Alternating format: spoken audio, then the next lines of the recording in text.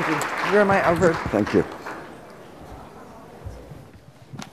Well, thank you. This is a delight. I just flew in from Silicon Valley this morning, where it's like a dude fest. So this is really great to have two women on stage talk about technology, trust me.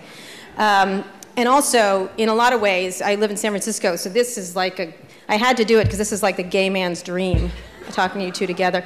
But I just need like Lady Gaga, Barbara, and possibly Liza, and it would just be over. As a gay man myself. So anyway, to get started, we're going to talk. We had a little conversation before this about where things are going in digital, and I just want to say both of these people are sort of real pioneers in the digital space. And I'm just, Ariana started her blog. A lot of people made fun of it when it initially started, and she kept persevering and is now really changing the way online content is delivered. And Martha, for those who don't know, it is actually a closet geek. I ran into Martha 10 years ago at the Consumer Electronics Show, the only other woman I saw in the place, and all of us, me and all the dudes, were like, what is Martha Stewart doing here? She doesn't belong, she's at a party for Bill Gates, and she's been involved in the digital space for far longer than people realize. So let's start off about sort of where do you think we are right now? We're going to talk about branding, we're going to talk about social networking, what works and what doesn't, and then we'll have time for questions. But each of you, what do you think where we are at this point right now in this space? People are used to this, the internet's beyond a fad, it's become sort of mixed into our lives. So each of you talk, Martha first. Well, I think we're really at the beginning of a new era. Mm-hmm. And it's sort of appropriate that it's the beginning of a century. So much has happened electronically, technically, and now we have to figure out as a society where exactly it's all going to take us. Mm-hmm.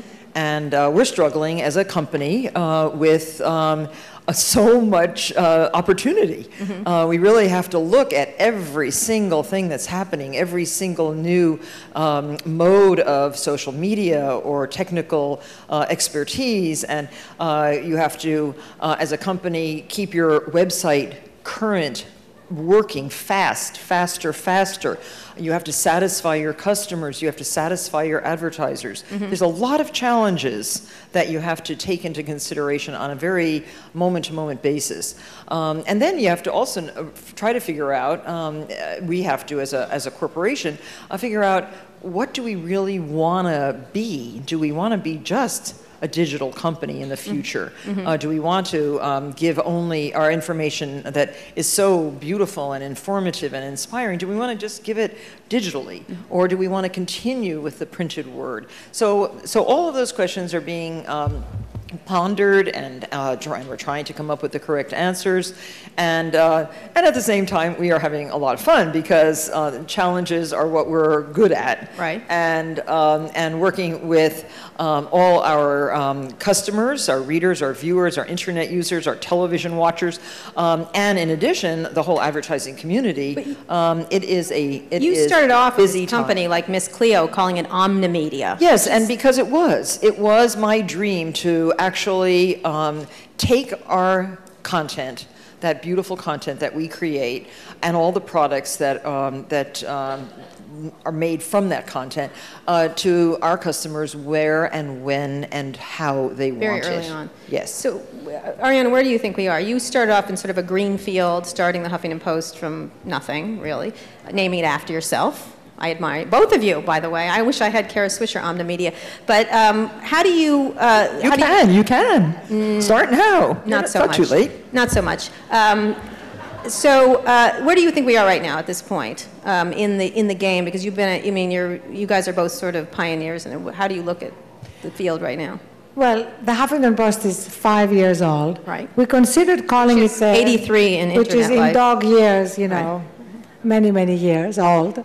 And we considered calling it the Stasinopoulos Post, which was my maiden name, but it doesn't seem somehow as good, does it? My ex-husband, I think, wants some reward for giving me that name that I held on to. So when we started and going on, you should have signed a prenup. Let's just say. I should have signed a prenup. And going on, not just for HuffPost, but for everyone. For me, the key is how do we continue advancing, experimenting, while staying true to the core values of the brand. Because that is essential. it's really a little bit like the Greek philosopher Archimedes said, you know, give me a point to stand on and I can move the world. Okay. So when we lose that center, that's when the problems begin. So for us at HuffPost, from the beginning, the core of HuffPost has been three things: delivering news with our own attitude and our own voice 24/7, opinion, both from our own reporters and editors and from our 6,000 now bloggers, and community. Last month alone, we had almost 3 million comments, and our community is a growing part of what we're doing. We are engaging with them in multiple ways through social news, which is our partnership with Facebook, through our Twitter editions, which are now all over our 20 different verticals, including food and style and books and college. And also through our citizen journalism projects. You know, in the last election, we launched Off the Bus and mentored and worked with 13,000 journalists, one of whom especially ended up breaking 2 big stories during the campaign, Mehil Fowler.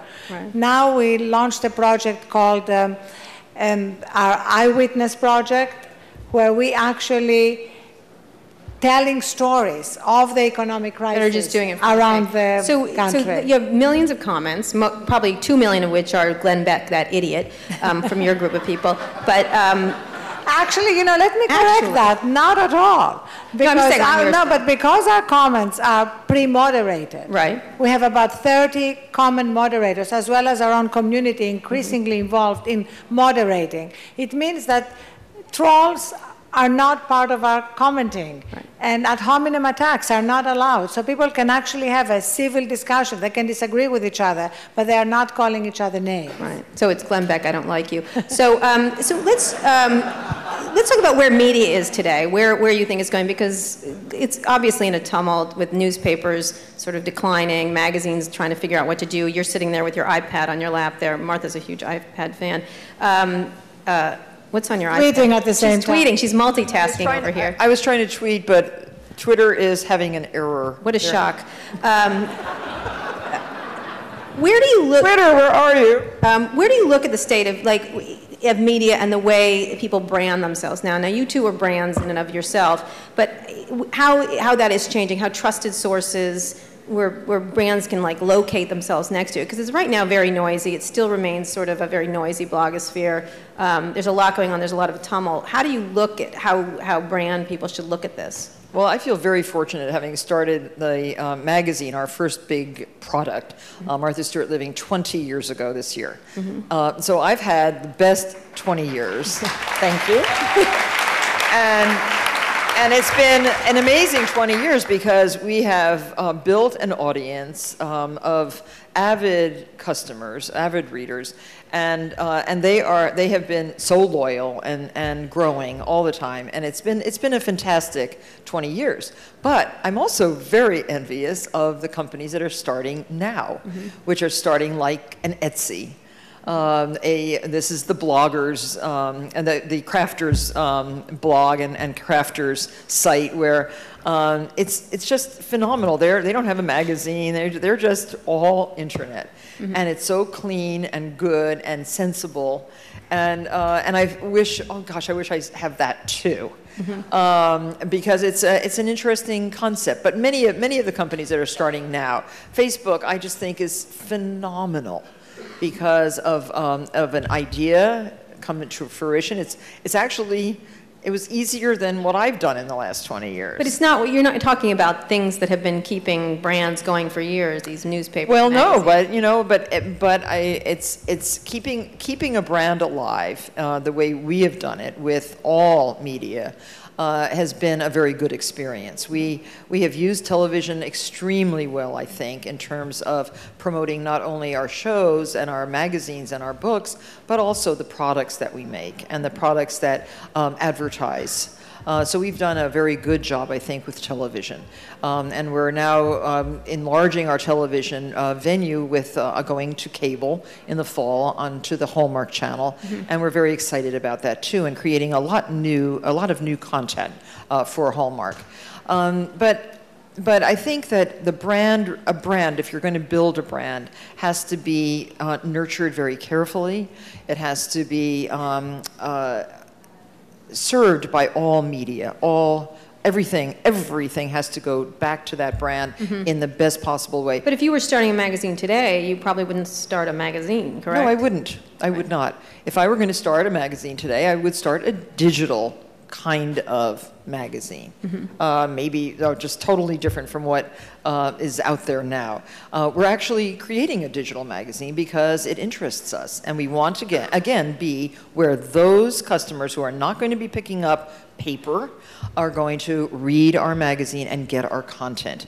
It might be in a different form, and it will be. It's very different looking, but it will have similar kind of content. Now, Ariana, you were shown in the New Yorker as throttling newspapers. There was a cartoon of you actually strangling, I don't know, Arthur Sulzberger. I'm not sure what media mogul you were throttling. But how do you look at what you've been doing, and do you feel like you've been sort of disrupting is a nice word, destroying is another word, the way it's been done over years? And how do people who have been sort of reliably using these forms of media to get out messages, either advertising or content messages, how do you feel like you've impacted them, and what's going to be left? Well, first of all, our CEO, Eric Kippo, who is here, bought this cartoon and put it in his office. And it was actually not at all what happened. And indeed, at last year's Webby, my 5 words when we received the award was, "I didn't kill newspapers," okay?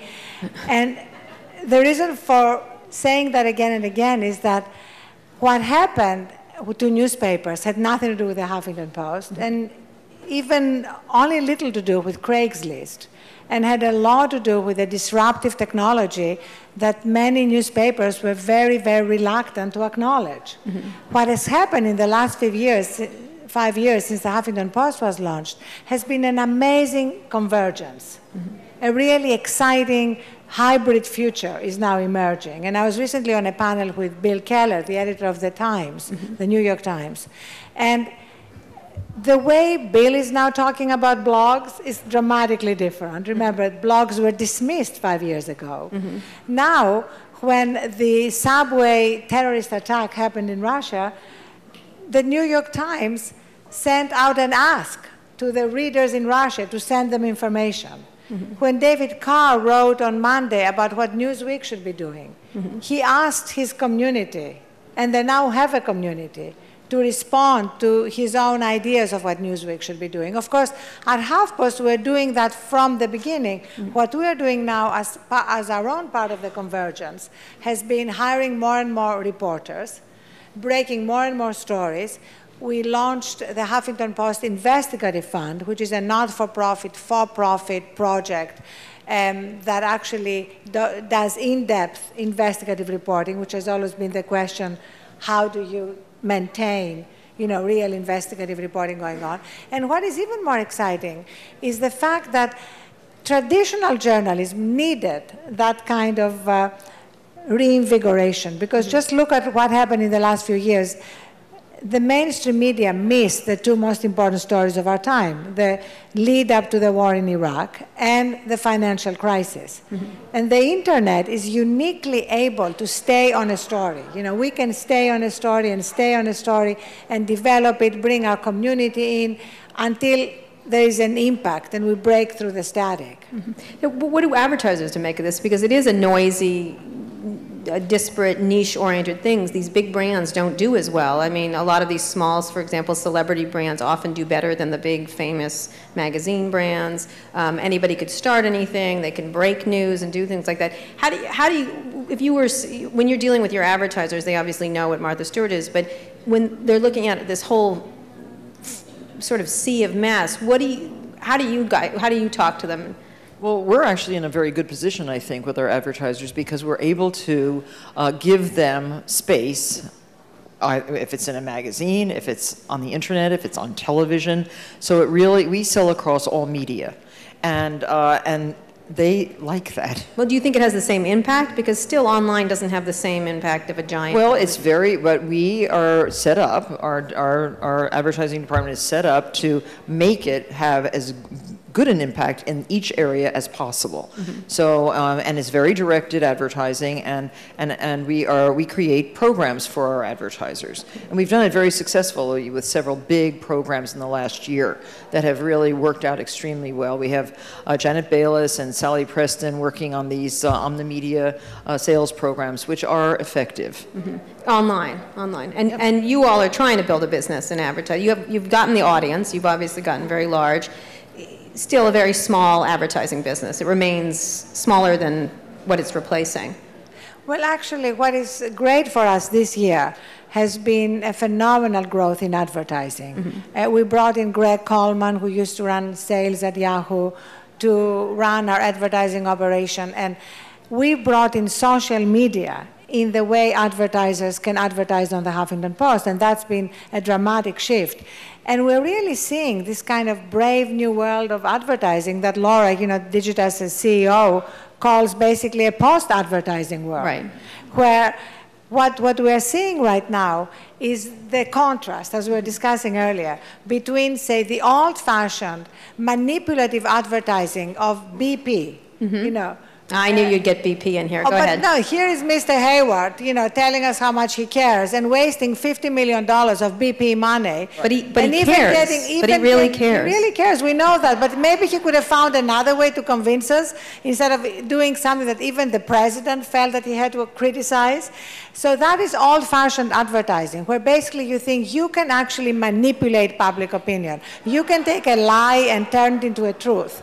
And new advertising is actually engaging with your readers, even being willing to hear what they don't like about you. Right. So what should he like wipe a duck down and Twitter about it? What? He should have. You want me to give that would advice? be good. You want me to give advice to BP? He should have taken that $50 million and given it to the families of the fishermen who are losing their livelihoods, and then he could have tweeted about it. Right. He could have put it on his Facebook. He could have done all sorts of things to let people know about the good things he did, but he should have first have done the good things instead of pretending to do the good things by doing this ad. But that is just one. Nobody here, I'm sure, did that ad. Right. If you did, please raise your hand and let's have a conversation. But the larger point I'm making is that this era is over. And may I quote another Greek philosopher? Go right ahead. I promise to quote 3 by the time we're over. Okay, because we really can't stop you, can we? No, you can't. Okay. The second Greek philosopher I want to quote is Heraclitus, who said, you cannot enter into the same river twice.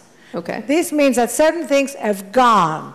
So that form of advertising is gone. Right. So for us, you can have sponsored tweets. As long as it's transparent, what you're doing, it's not a problem. You can actually be true to the church and state divisions and still allow advertisers to really directly engage with your readers and engage with your audience. That's what we're doing across all our sections. And HuffPost now is an internet newspaper in the full sense of the word, in that only a quarter of our traffic now comes from politics. Right. Which means that people can come to us because of comedy or because of impact, which is another way in which our readers engage. Impact is our section where readers can give back. Right. So every news item has an action item attached to it. So, for example, yesterday we engaged thousands of our readers in discussions and actions around what they should do or want to do in the Gulf. Right.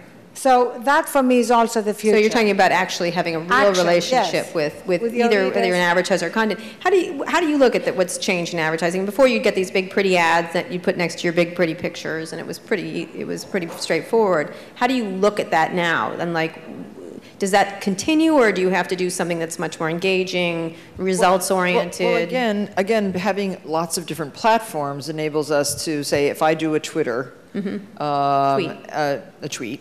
If I Twitter, I can then, and we'll interact with the respondents, and we can show that to advertisers, and advertisers can utilize the information that we've garnered and direct a new ad to those people. We can do a lot with the social media.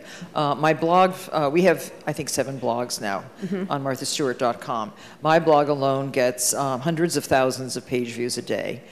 We try to put up a lot of beautiful, informative pictures, many of which I take myself, but it really does engage the reader. No, you asked people for questions for me. Thanks. Oh yeah, and right prior to our discussion today, we had someone from Kraft in the room, and somebody said, "Well, do you use mayo or Miracle Whip?" One is made by Hellmann's and one is made by Kraft. So I tweeted, I've had I asked him to count how many. Yeah, still counting. Hundreds and hundreds of answers already. About mayonnaise. Yeah, well, do you use mayo or do you use Miracle Whip? And why? Okay. And this is a very good way to do a survey. Right. It's free. It's very informative. It's quite amusing. And it could help advertisers very well. And I do this a lot with companies that I go to visit. You did it with these questions. You were trying to take control of the interview, which is a shock. Sorry. I also. But why don't you say? What did they ask? I saw a lot were like ask her favorite recipes. Which yesterday, really yesterday I asked the question: what should Kara Swisher ask Ariana and Martha? Let me just say, I just interviewed Steve Jobs, and he never tried to interject. The world's most fascist, controlling man never tried to interject. But go ahead, Martha. Well, they came back with hundreds and hundreds. Give me one. Oh my gosh. That I should ask. Let's see. We tried to check. No recipe. Here's one. Where do you see social media 10 years from now? That's a good question. Okay, then here's another one. When to draw the line of how much of yourself to put out there in social media? Answer that. When do you draw the line? Do you ever draw the line? Oh, of course. Well, such as. Give me an example. Well, I don't put up very, very, very personal things. Right. I mean, no matter, I would never say I'm depressed. Okay. Okay, unless you just did. Unless I'm talking about something like what's going on in the Gulf. Right. Okay, that is depressing to me. I would never say I cry unless I cried about the poor pelicans. I feel pretty sick about all of that. And what can we do about it? Right. But look. This is. I know. I'm to you, Kara. Okay. And I ignored them completely. Lots. In case you ran out of ideas. Thank you. And then I asked, in case you ran out of questions, then I also asked. Here's a good one. Do you believe the law should be changed with regards to paparazzi? Yeah, see? I don't know what that has to do with anything, but I like it. Well, paparazzi are quite aggressive. See, I already asked this one. If launching MSLO today, would you attempt to be digital-only media, or would print still be a part of your mix? See? Hey, I'm doing good. Yeah. Okay. This is interesting. But don't you think it's interesting? I have such intelligent followers. They really are engaged. This is 2 million of them, almost 2 million. I did make a big mistake recently, and I wanted to get to 2 million so badly. Why? Who knows? Right. But it was just a number. It's amazing that you're ambitious. You're so shy. It was just a number. But, so I ran a stupid contest, and I realized almost at the moment I posted it, you can win a Singer Confidence sewing machine if you become our 2 millionth follower. So of course everybody unfollowed because they were already following. They all wanted the sewing machine, obviously. Look at these people. Obviously. And so we lost followers, and then we had to add more gifts, and then we said, no, now it's not going to be like that. Because you turn into Oprah then. It has to be random. Random books. We're going to get books. We're going to get sewing machines. We give KitchenAid mixers. And these are fun things, and everybody wants them. So I still didn't get to 2 million. So if all of you become followers and send all your followers to followers, thank you. It will be the Martha Army. And we'll crush that Ashton Kutcher. Who the hell is he? Now, let me just say, it's sort of interesting because it's a different perspective than Martha. I think that I'm okay with allowing myself to be seen in a vulnerable way because I feel that that's part of what social media is also about. Is you don't just show, your successes. You also show your failures or your vulnerable moments. That's different than telling them how many times to brush your teeth. No, that's different. I agree. But in terms of that vulnerability, but you feel like you live in this digital. I blogged and and there was no Twitter at the time, but 2 years ago when I fainted from exhaustion and broke my cheekbone and got 5 stitches on my eye, I not only blogged about it, but I blogged about the whole personal journey of what that said to me about my life, about the way I was leading my life, overworking. I discovered, as you know, my obsession with sleep and with unplugging and recharging.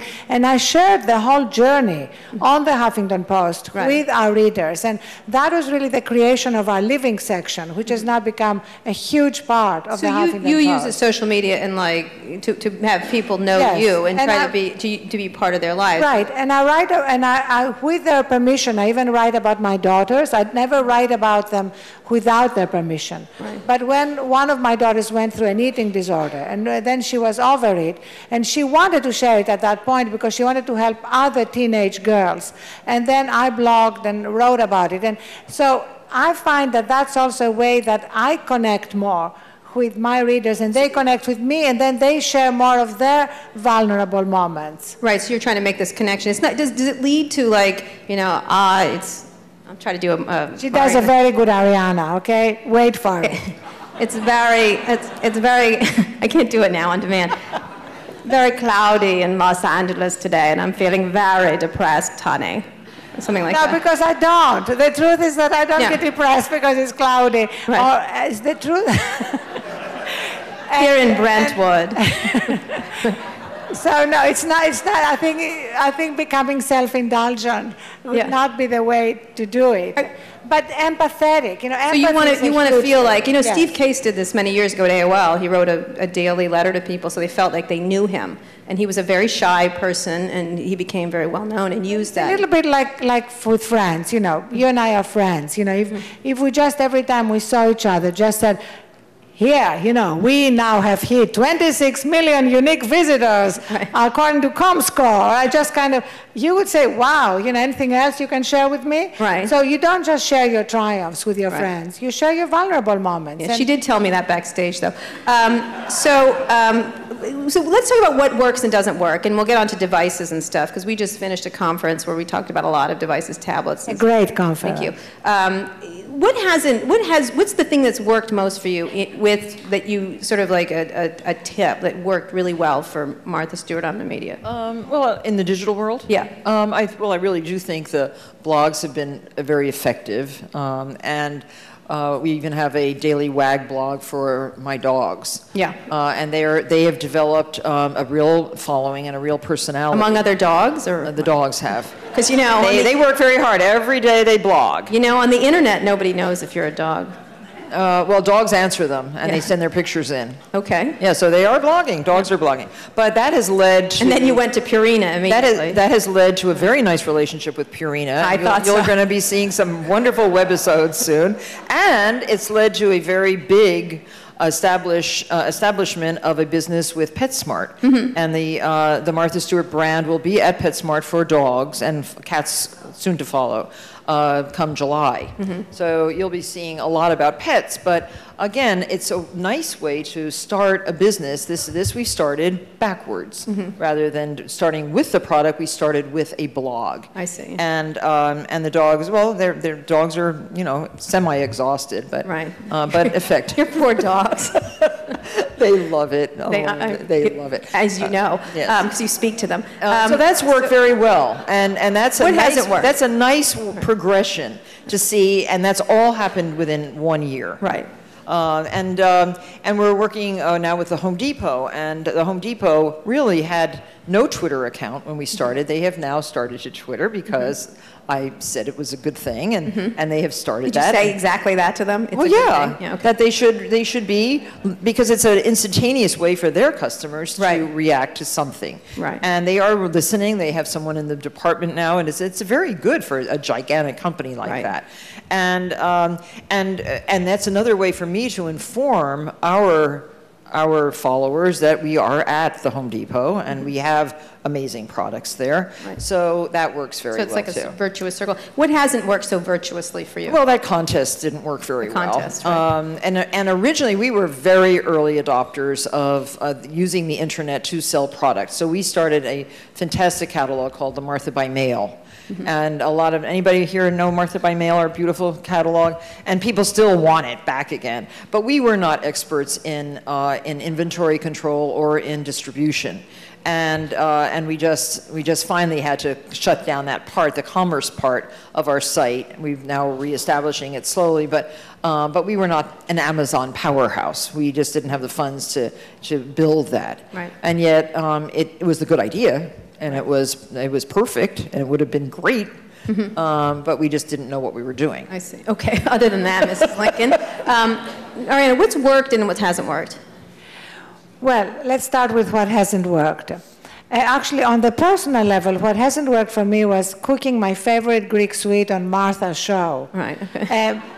First of all, because I never cook. So this comes as a shock to me. So I actually cooked it is my favorite Greek sweet. It's called melomakarona. It's made with fantastic raw Greek honey and walnuts. And I cooked it for the first time in my life on national television. So the recipe was good, Ariana. Your mother knew what she was doing. Okay. It was my mother's recipe. And that's where I recognized Martha's magic, because she was amazing. The other thing, the audience knew just what a disaster I was, because she just kept guiding me and smiling. Okay, this is a delightful story, but it has nothing to do with digital. I know, but it's personal. Excuse me, did you like that story? Yeah, it's personal. Okay, tell her. You see, that's the point. It's not all about digital. It's also about the personal and the digital. Okay. So now on to the digital. Cannot cook. So on the Huffington Post, I think the mistake we've made is really the way we have talked about our bloggers. And the distinction between the people we pay, we now have about 130 people on our payroll, editors, reporters, advertising, technology. So the distinction between the people we pay to write or to edit and the people... Which has been controversial. Yes, and the people we don't pay who are our bloggers. Now, for me, this is an incredibly clear distinction, but I don't think we did a very good job at explaining the distinction. So can I try again? Sure, please go ahead. Thank you. So... but nothing about nuts and honey, but go ahead. So anybody, we love, as you know, invite everyone interesting to blog. Yes. Like if I'm sitting next to anyone and they say anything interesting, my immediate reaction is, will you blog about that? Right. She does. And my daughter has done a T-shirt for me, says, will you blog about that? Right. So that for me means that you have an interesting thought and we'd like to share it with our readers. So we are giving you a platform where you're going to get millions of readers to read your thought. We're going to provide the technology, we're going to provide the moderation so that you're going to be in a civil environment and you're not going to have attacks on you because of what you're saying. But we're not going to pay you because that's not really what the exchange is. You don't have to do it. If you're a regular, there are no deadlines, there are no commitments, there are no expectations. You may blog twice and then not blog again until 3 years later. You're not going to hear from us and to bug you. So it's a very different relationship than the relationship between the journalists we do pay and from whom we have expectations. So you can explain it. And the additional thing that I've now started talking about is the fact that this is not just about the Huffington Post. It's about what's happening over the whole digital landscape, which is that self-expression has become the new entertainment. And if people don't get that, they don't get why are people editing Wikipedia entries for free? I have no idea. That's precisely the point, because I think it's a bunch of white dudes at their house that they live with their mother. But there are people for whom this is their entertainment. Why are people updating their Facebook entries for free? Why are people blogging for free? Not just on the Huffington Post, but all over the landscape. And so when we understand that, we understand something very important about consumer habits. Right. And those many in the legacy media still don't understand that. Absolutely, which is a very good segue. Yeah, and then let me just say one more thing about that, which is because, I got it wrong before, so I'm trying to get it right now. And so the final thing I want to say is that nobody asked the question, why do people consider it entertaining to watch television, bad television often, for 7 hours on end, sitting on their couch, and they're not being paid for that. Right. Did you ever hear that question asked? No. So that's really the point. That's how we need to redirect our thinking. Right, so about self-expression. So how do you define this? We're going to get to some audience questions. How do you define this idea of, very briefly, fandemonium? I don't even understand what it means, but I like the word. It sounds cool. I don't know what fandemonium is. Really? I guess I wasn't listening when somebody tried to explain to me. Okay. Well, it's a Greek word, guys. It's a Greek word. Oh, the Greeks. They're doing so well in their economy. Anyway, let's talk a little bit of Latin thrown in. I like Greece. Descriptive. Yes.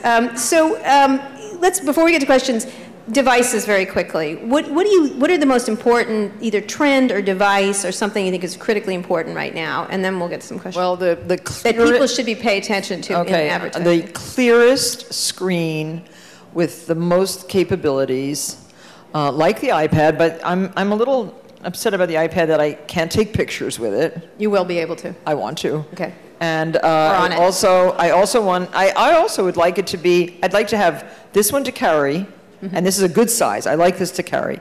And I want a big one in every room. Okay. So that I can just it's going to be my TV, my computer, it's going to be everything.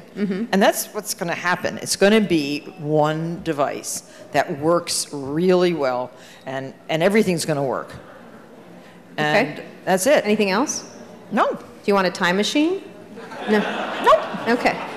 What about you? What do you think is important? I'll tell you what I want. I want an instant fact checker. Okay. So that when people on TV, whether it's newsmakers, or last Sunday I was on This Week with Liz Cheney, and I said something about Halliburton defrauding the American taxpayer, and she said, no, they didn't. And I said, yes, they did. And I said, PolitiFact will check it out. Now, PolitiFact is a service that does that checks what people say on TV or in print. Now, but I would have loved to have a device. If there's anybody here who can make it, you need Jocelyn. Fantastic. I have Jocelyn. But, some that would come up. She sits with me, like when I do my radio programs. But, some that would come up immediately, like a bubble, that would have come up over Liz Cheney's head and given you the facts. This is not a matter of opinion. You can't fact check people's opinion, but there are facts, for heaven's sake. Right. And we don't all. But not all facts are accurate. No, but facts are accurate. Opinion may not. They're not. Look at my Wikipedia page. It's full of inaccuracies. It's not I can't fix it. Right. Yes, you can. All right, ladies. We'll work that out. We'll work that out. Liz Cheney, your Wikipedia page. We'll work on it. But I'm talking about a device right now, not an instant bubble making. Not a dream. You talked about a time machine. Okay, all right. We have one of those. But what device do you think is critically important going on right now? The iPad. Obviously the iPad, it goes without saying. The elements that you were showing us earlier, where you can actually use it instead of your textbook. Right. But we need to be careful about the instead of, because we always think that something is going to replace something else, and very often it doesn't replace that something else. I don't think that the iPad or the Element or the Kindle or anything is going to replace the book, for example. And there is no reason why we should be thinking of replacing the book. When I go to bed at night, I read a book. Right. And I feel that I don't want to read a Kindle. I don't want to read on my iPad because I don't want a screen. I want to disengage from screens.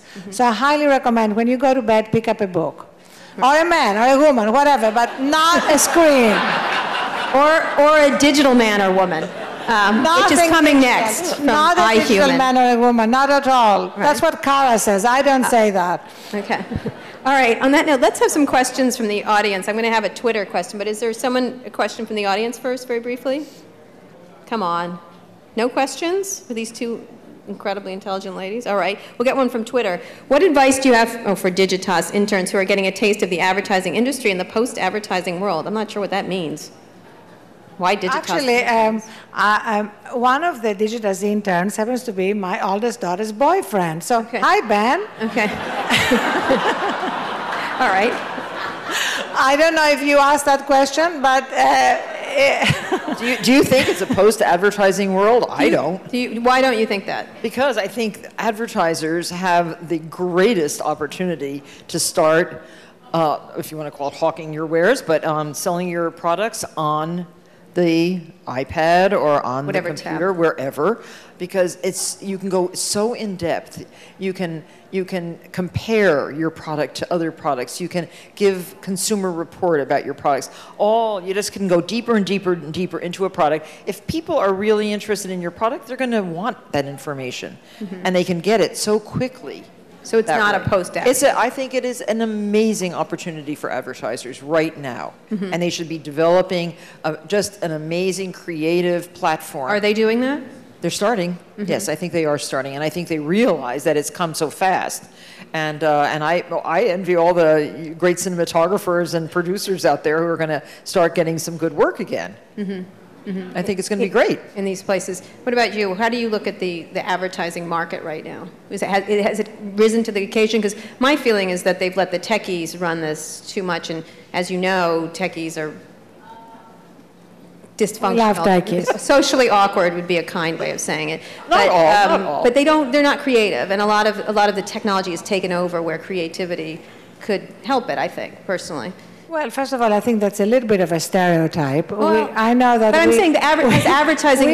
We have very creative techie people at the Huffington Post. I want to introduce them to you one day. Okay. No, but I'm talking about advertising. But beyond that, I think that this is actually a real turning point in advertising online. I think there is, even over the last year, the way advertising is now breaking through to be part of the conversation, and the way advertisers and their clients are understanding that it can't be the old way, that it has to be transparent, it has to be authentic. You can't just write a blog the way you wrote a press release. You remember when advertisers started using blogging? Yes. It was really a nightmare because they thought they could just do it the old-fashioned way, and now they're beginning to learn that it has to still carry the tone and the voice of the person blogging. And what about, how do you look at how advertising is handling this transition? Well, as I said, I think they have the opportunity now to make a very big difference to their customers. They have a lot of obligations to sell product. I mean, they're selling themselves as the creative force behind the product, and I think that there's just it's so terrific what can happen. I've seen some of the ads that have been devised for the iPad, for example, for iMagazines, and I think it's going to go that way. And lastly, before we end, privacy, big issue. It's recently made a big issue for Facebook. A lot of these self-expression, self-generating thing and sharing creates a situation where privacy becomes a much more important issue. You have a much more intimate relationship with your readers. She started something on Facebook. It's the Facebook Connect thing, where where they can see, your friends can see what you've been reading on the Huffington Post. And it was turned on, and I didn't realize it. And it turned out I read a lot of Lindsay Lohan going to jail stories and Britney going to stories. And then I was horrified by the fact that everyone suddenly realized all I was doing was reading, is Britney Spears crazy? Well, there is a stealth mode. Right, I understand that, but I didn't know that. So I'm saying that was just a minor version that I'm an idiot. But did you know that Lindsay Lohan? Oh no, excuse me. I was thinking of somebody else. I know her scram bracelet went off. I've already been alerted. The judge has a Google alert to me. So what? Oh, that poor girl. How do you look at privacy? You've had a relationship with your customer, but not this close a relationship. I think it has to start, privacy issues have to start with young children have to start to be taught a set of rules governing their own behavior. And I think that would be nice. I think you could start it in kindergarten. Right. And I think you can say, everything that you are going to do or post or write is going to somehow reflect on your future life. I mean, they have to start realizing that at a very early age, because I think the freedom with which young people especially are sharing every single moment of their lives and every single photograph that they're doing. We're getting feedback. Is that feedback? Go ahead. Yeah. I think we have to make it very clear. There should be a course somehow established and set up and put into all public schools, helping them understand. An oversharing course. Yeah. But also, I think there's going to be a growing shift in what we expect from public figures. Right. So the idea of the sort of perfect public figure, whether it's a CEO or a politician, who has led this completely unblemished life, who has never had an impure thought, who has never done anything wrong, that's also something which is going to disappear. And we're going to acknowledge that people are fallible, that we've all made mistakes, and that's back again to that vulnerability. And we're going to stop pretending that that person exists. Right. And that will mean, you know, a lot less hypocrisy in public life. Right. A lot fewer members of Congress having affairs with staffers while doing videos on celibacy and abstinence, okay, et cetera, et cetera, et cetera. So politics is going to be less fun, but more interesting. So Facebook is good for politics because there'll be some Definitely. drunken picture years ago. Bring it on. So what? You know, that doesn't matter. That doesn't mean you're not going to be a good politician because you got drunk as a teenager. Yeah, that's such a Greek way of looking at it. So last question. Last question. What is your last question? And before we get on, and then I want a lovely hand of applause for them. But what is your favorite app?